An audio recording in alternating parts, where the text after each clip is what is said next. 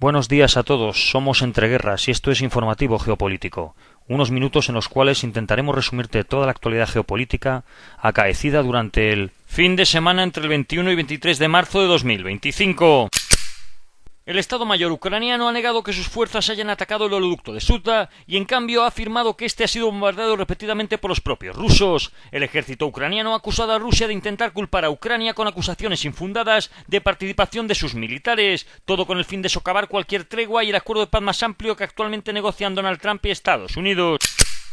Durante un ataque ruso en Odessa, el presidente checo Petr Pavel se encontraba en la ciudad y se había reunido con el viceprimer ministro ucraniano Oleksiy Kuleba. Discutieron seguridad marítima, reconstrucción posbélica y el desarrollo comunitario. Kuleba destacó la necesidad de desminado y denunció que Rusia ha atacado la infraestructura portuaria con más de 450 misiles desde el verano de 2023.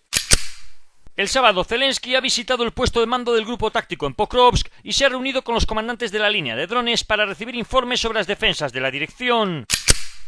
Kate Kellogg ha anunciado que Estados Unidos planea mantener conversaciones indirectas entre Rusia y Ucrania en Arabia Saudí para comprender las condiciones de cada parte. Estas conversaciones se realizarán mediante diplomacia de lanzadera, con representantes rusos y ucranianos presentes en salas separadas al mismo tiempo.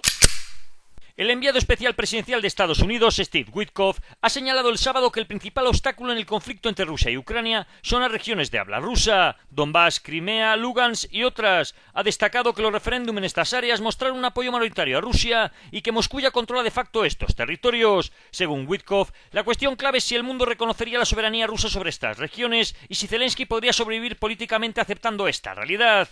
También ha criticado la visión de algunos líderes europeos, incluyendo el primer ministro británico Keir Starmer, calificándola de simplista y basada en una idea errónea de la amenaza rusa. Según Witkoff, la OTAN garantiza la seguridad de Europa, haciendo inviable una invasión rusa a gran escala. Además, ha asegurado que un alto el fuego en el Mar Negro podría implementarse en cuestión de días y que un cese total de hostilidades por 30 días no está lejos de concretarse. Witkoff también ha enfatizado el interés de Donald Trump en cooperar con Rusia en áreas como la energía, comercio marítimo o tecnología, en lugar de fomentar la confrontación. Respecto a Ucrania, ha afirmado que en Rusia persiste la percepción de que el país es una entidad artificial y que Moscú considera legítimamente suyas las regiones ya ocupadas desde la Segunda Guerra Mundial. Según su análisis, Rusia ya logró sus objetivos estratégicos con la anexión de Crimea y las otras regiones, por lo que no tendría razones para buscar una ocupación total de Ucrania. El domingo el Kremlin ha minimizado las expectativas de una resolución rápida del conflicto en Ucrania, señalando que las conversaciones apenas están comenzando y que se avecinan negociaciones difíciles, según declaraciones del portavoz del Kremlin Dmitry Peskov. Antes de las reuniones en Arabia Saudita, Peskov ha destacado que aún existen numerosas preguntas y matices pendientes respecto a un posible alto el fuego. Además, ha indicado que el principal objetivo de Rusia en su diálogo con Estados Unidos es discutir la posible reanudación del acuerdo de cereales del Mar Negro de 2022, que permitía la exportación segura de productos agrícolas ucranianos. Según el antiguo comandante supremo de la OTAN, Clark Wesley, los cascos azules de las Naciones Unidas no son aptos para imponer un alto el fuego en Ucrania, ya que cualquier violación debería ser respondida con resistencia. Estima una probabilidad del 70-80% de que tropas británicas y francesas aparezcan en Ucrania. Los líderes británicos han discutido el despliegue de aviones de combate de la Real Fuerza Aérea en Ucrania como parte de un posible acuerdo de paz, según informaciones de The Telegraph. Una fuente de alto rango de la RAF ha dicho que proporcionar cobertura aérea es un tema clave de discusión, particularmente en escenarios en los que las tropas británicas pudiesen ingresar en Ucrania. Los Países Bajos destinarán 65 millones de euros a la restauración del sistema energético de Ucrania. Por otro lado, Estonia ha dicho que adquirirá equipos y suministros militares por valor de 100 millones de euros para Ucrania, incluyendo drones, embarcaciones y equipo médico. Ucrania y Finlandia han acordado formar una coalición de refugios de defensa civil, con el objetivo de apoyar conjuntamente los esfuerzos del país para construir refugios de protección modernos en todo su territorio. En Oriente Próximo, durante este fin de semana, la Fuerza Aérea israelí ha llevado a cabo numerosos ataques contra más de 200 objetivos en toda la Franja de Gaza, en Líbano y Siria. Uno de los últimos ha sido un ataque quirúrgico sobre un hospital en la Franja de Gaza.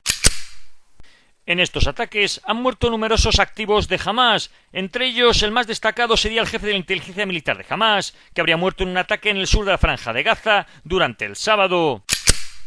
El ministro de Defensa de Israel, Israel Katz, anunció que si Hamás sigue negándose a liberar a los rehenes, las fuerzas de defensa israelíes capturarán más territorio en Gaza, evacuarán a la población y ampliarán la zona de seguridad en toda la región.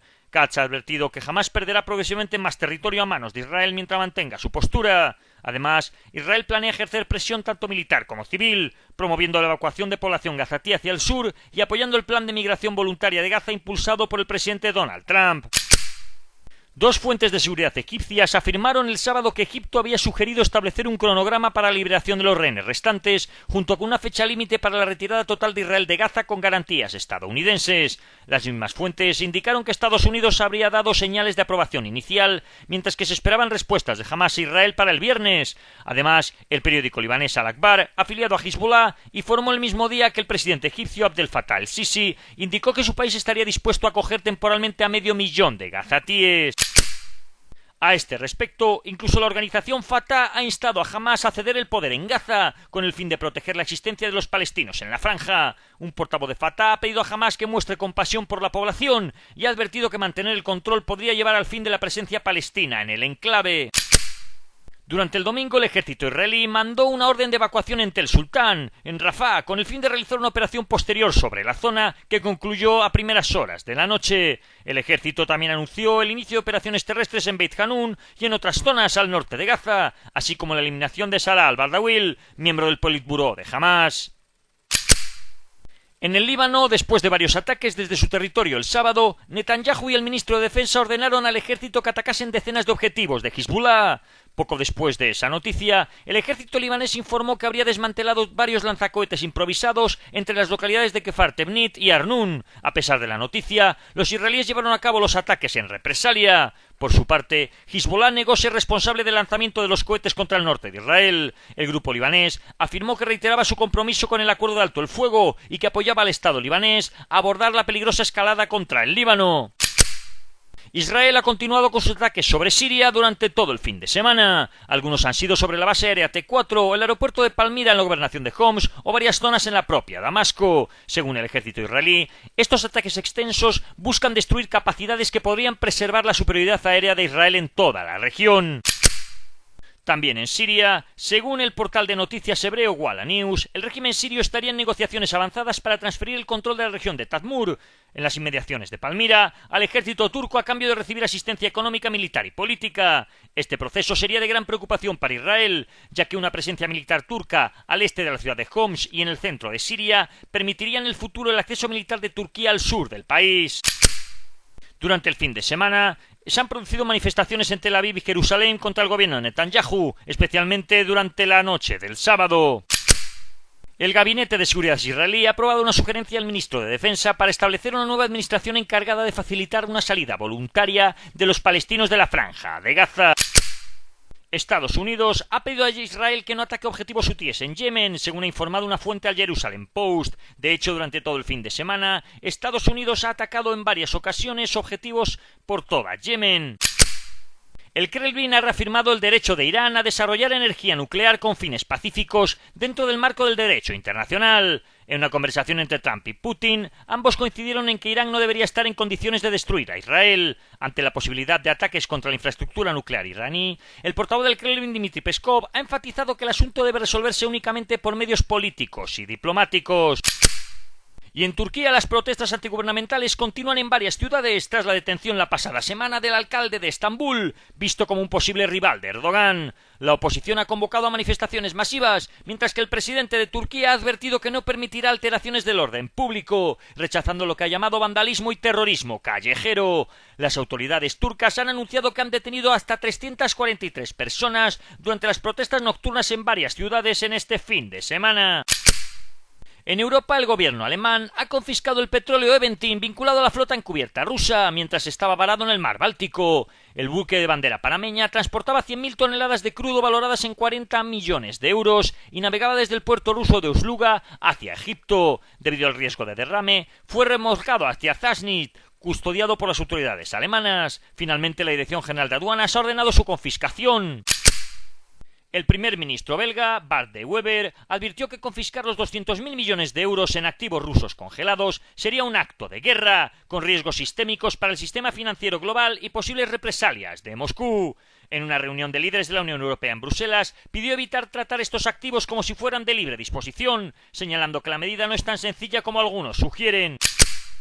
El presidente checo, Petr Pavel, ha afirmado que la República Checa está dispuesta a contribuir con tropas a una misión de paz en Ucrania, siempre que haya un grupo sólido de naciones europeas dispuestas a brindar garantías de seguridad a Kiev. Pavel ha indicado que la coalición de los dispuestos está lista para desplegar una fuerza estabilizadora en Ucrania una vez que se alcance un acuerdo de paz y que su país formará parte de esta iniciativa. Sobre la OTAN, Pavel ha señalado que la pertenencia de Ucrania no debería descartarse en un futuro, aunque ha reconocido que un acuerdo de paz podría requerir concesiones en este aspecto. Ha subrayado que Rusia sigue siendo la mayor amenaza para la seguridad europea y que sin un mayor apoyo militar, Ucrania no podrá recuperar sus territorios ocupados sin sufrir graves pérdidas. Finalmente ha advertido que cualquier compromiso para poner fin al conflicto no debería implicar el reconocimiento de los territorios ocupados como parte legítima de Rusia. Europa está diseñando un plan para asumir gradualmente mayores responsabilidades en su defensa y reducir su dependencia de Estados Unidos, motivada por el temor a una posible retirada unilateral estadounidense de la OTAN, especialmente ante la retórica de Donald Trump. Reino Unido, Francia y Alemania, junto con los países nórdicos, han liderado conversaciones para presentar una propuesta antes de la cumbre de la OTAN en junio, comprometiéndose a aumentar el gasto en defensa y desarrollar sus capacidades militares. El plan buscaría una transición controlada en 5 o 10 años, permitiendo a Estados Unidos enfocarse en Asia, aunque sin reemplazar la disuasión nuclear estadounidense. Sin embargo, algunas capitales temen que esto acelere la salida de Estados Unidos, mientras que otras dudan de que Trump acepte un acuerdo estructurado. Francia y Reino Unido también lideran conversaciones para una coalición europea que respalde a Ucrania sin la participación de los Estados Unidos. Los líderes de Europa han decidido también avanzar sin contar con Hungría en cuestiones relacionadas con el apoyo a Ucrania cuando sea necesario. Ante la oposición reiterada del primer ministro húngaro Viktor Orbán a aumentar la ayuda militar a Ucrania o facilitar su adhesión a la Unión Europea, el bloque ha optado por emitir declaraciones conjuntas firmadas por 26 países, dejando fuera a Hungría cuando no se puede alcanzar la unanimidad. Esta estrategia ya se ha aplicado en resoluciones recientes del Consejo Europeo y se seguirá utilizando para evitar bloqueos. Sin embargo, decisiones que requieren unanimidad, como nuevas sanciones contra Rusia, aún pueden ser vetadas por Budapest. Además, la Unión Europea ha logrado convencer a Eslovaquia, bajo el liderazgo de Robert Fico, de apoyar a Ucrania debilitando el aislamiento de Orbán dentro del bloque. Mientras tanto, aunque la Unión Europea reconoce los esfuerzos de Donald Trump por mediar en el conflicto, mantiene su compromiso con el respaldo militar y político a Ucrania. Los líderes europeos han acordado también que el bloque debería ser capaz de defenderse de un posible ataque ruso para 2030, pese a la resistencia inicial de países con menor gasto en defensa como España e Italia. El compromiso respaldado por el Consejo Europeo coincide con la estimación del jefe de la OTAN, Mark Rutte, de que Rusia podría recuperar su capacidad ofensiva en 5 años. El primer ministro polaco, Donald Tusk, ha subrayado también la necesidad de que Europa supere a Rusia en armamento y tecnología en este periodo. En España, el último informe del Observatorio de la Vida Militar arroja datos muy alarmantes sobre el ejército español, que se enfrenta a un mínimo histórico en su número de efectivos desde la abolición del servicio militar obligatorio en 2001. Desde 2010, las Fuerzas Armadas habrían perdido 13.629 militares, situándose en 116.410 efectivos en 2023. A pesar de esta disminución, el informe subraya que las necesidades operativas y estructuras militares han seguido creciendo, lo que genera mayor exigencia y disponibilidad por parte del personal existente. Uno de los problemas más acuciantes es el envejecimiento de la plantilla. En la escala de tropa, la edad media es elevada, con 39 años, cabos primeros de 45 y sargentos de 33. Esta tendencia también afecta a los oficiales, donde el 30% supera los 50 años, mientras que solamente el 17% tiene menos de 32. Además, España tiene 2,4 militares por cada 1.000 habitantes, por debajo de la media europea de 3,6. Para alcanzar ese nivel, el país necesitaría incorporar a más de 57.000 efectivos adicionales. En Rusia, el secretario del Consejo de Seguridad, Sergei Shoigu, ha expresado durante una visita a Corea del Norte su gratitud hacia el país por su solidaridad con Rusia en la cuestión de Ucrania. Shoigu también ha entregado un mensaje del presidente ruso Vladimir Putin al líder norcoreano. El secretario del Consejo de Seguridad ha destacado que Rusia valora altamente el nivel alcanzado de relaciones estratégicas entre ambos países y está comprometida a profundizarlas. En Estados Unidos, Trump anunció la adjudicación a Boeing del contrato de $20.000 millones para el desarrollo del caza de sexta generación F-47 dentro del programa de dominio aéreo de próxima generación. La decisión se ha tomado tras una competencia exhaustiva en la que Boeing superó a Lockheed Martin. El Departamento de Estado de Estados Unidos también ha aprobado lo que sería la primera venta del sistema avanzado de armas de precisión letal a Arabia Saudita por un coste estimado de $100 millones. La empresa de defensa Anduril considera construir una fábrica en el Reino Unido como parte de su expansión fuera de Estados Unidos. La planta, posiblemente ubicada cerca de Oxford o Cambridge, se enfocaría en drones e I+D. El aumento de gasto en defensa en Europa, impulsado por la reducción del apoyo estadounidense a Ucrania, crea oportunidades para esta compañía. Estados Unidos habría retirado la recompensa de $10 millones por información que conduzca a la detención del Sirajuddin Haqqani, un dirigente talibán, según ha informado el portavoz del Ministerio de Interior afgano. La medida se ha producido después de que los talibanes liberasen el jueves a un ciudadano estadounidense que había permanecido en cautividad durante 2 años.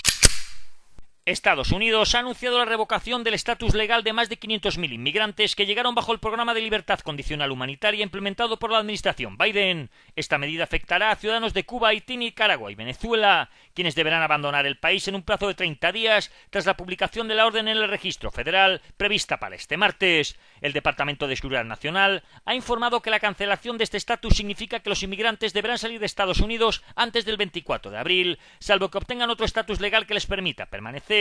Esta decisión marca un giro en la política migratoria y refleja un endurecimiento de la postura del gobierno respecto a la gestión de la migración. La administración Biden permitió secretamente a Chevron Corp pagar cientos de millones de dólares al gobierno venezolano a pesar de una licencia que prohibía explícitamente tales desembolsos, según personas familiarizadas con el asunto. La administración del presidente Donald Trump ha puesto fin al acuerdo y exige al gigante petrolero de Texas que ponga fin a las operaciones en Venezuela. En nuestra querida Iberoamérica, precisamente en Venezuela, se ha anunciado que se reanudarán la recepción de vuelos de repatriación desde Estados Unidos con ciudadanos venezolanos deportados después de un acuerdo con Washington. El presidente Nicolás Maduro había suspendido estos vuelos el 8 de marzo en represalia por la revocación de la licencia de Chevron. Sin embargo, el presidente de la Asamblea Nacional, Jorge Rodríguez, ha anunciado que el primer vuelo de repatriación se realizará el domingo.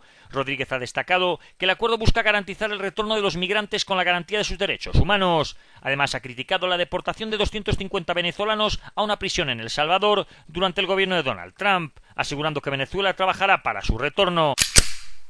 El presidente de Ecuador, Daniel Noboa, ha solicitado apoyo militar internacional en una entrevista con la BBC, expresando su deseo de colaborar con los ejércitos de Estados Unidos, Europa y Brasil para combatir la creciente delincuencia en su país. Noboa ha instado a su homólogo estadounidense, Donald Trump, a designar a las pandillas ecuatorianas como grupos terroristas, del mismo modo la calificación otorgada a algunos cárteles mexicanos o venezolanos. Esta petición ocurre en un contexto de extrema violencia en Ecuador, donde se han registrado alrededor de 1.300 asesinatos en los primeros 50 días de 2025, un incremento del 40% en comparación con el año anterior. Además, la situación política en Ecuador es tensa, con una segunda vuelta electoral programada para el 13 de abril entre Noboa y la candidata de izquierda Luisa González, tras una primera ronda en la que ambos obtuvieron resultados muy ajustados. En Asia, los ministros de Asuntos Exteriores de Japón, Corea del Sur y China han reafirmado la importancia de la cooperación en seguridad y economía ante la creciente incertidumbre global. En una reunión a 3 bandas en Tokio, han destacado el papel clave de sus países en la estabilidad de Asia Oriental y la economía mundial. China ha expresado explícitamente su deseo de reanudar las negociaciones de libre comercio y fortalecer la Asociación Económica Integral Regional. Según algunos informes, China estaría considerando unirse a una fuerza de mantenimiento de paz como parte de la coalición de los dispuestos liderada por Europa para asegurar un alto el fuego en Ucrania. La información proviene del medio alemán Die Welt, citando fuentes diplomáticas anónimas. En África, el ejército sudanés ha logrado una victoria significativa al recuperar el Palacio Republicano en Jartum, que estaba en manos de las fuerzas de apoyo rápido desde hace casi 2 años. La operación comenzó el domingo anterior con el cerco a las fuerzas de apoyo rápido en el palacio y edificios clave de la capital. Tras intensos combates y un fallido intento de huida de las fuerzas de apoyo rápido el miércoles, las fuerzas gubernamentales lograron tomar el control efectivo del palacio el viernes, junto con los ministerios circundantes y el mercado árabe al día siguiente. Aunque la victoria es simbólica, no deja de ser significativa, pero hay que pensar que el aeropuerto internacional de Jartum, que está a apenas 2 kilómetros, sigue bajo control de las fuerzas de apoyo rápido. El grupo rebelde M23 ha anunciado su retirada de la ciudad de Walikale como gesto para respaldar los esfuerzos de paz tras el alto el fuego de febrero. Sin embargo, la decisión llega después de la cancelación de conversaciones con el gobierno congoleño debido a las sanciones de la Unión Europea contra los líderes del M23 y varios funcionarios ruandeses. Aunque el grupo insiste en su compromiso con la paz, el ejército congoleño se mantiene escéptico. El M23 ha solicitado que Walikale permanezca desmilitarizada para evitar nuevos enfrentamientos. La ministra de Asuntos Exteriores, Terese Kasikwamba Wagner, espera que esta medida impulse el diálogo y la estabilidad en la región.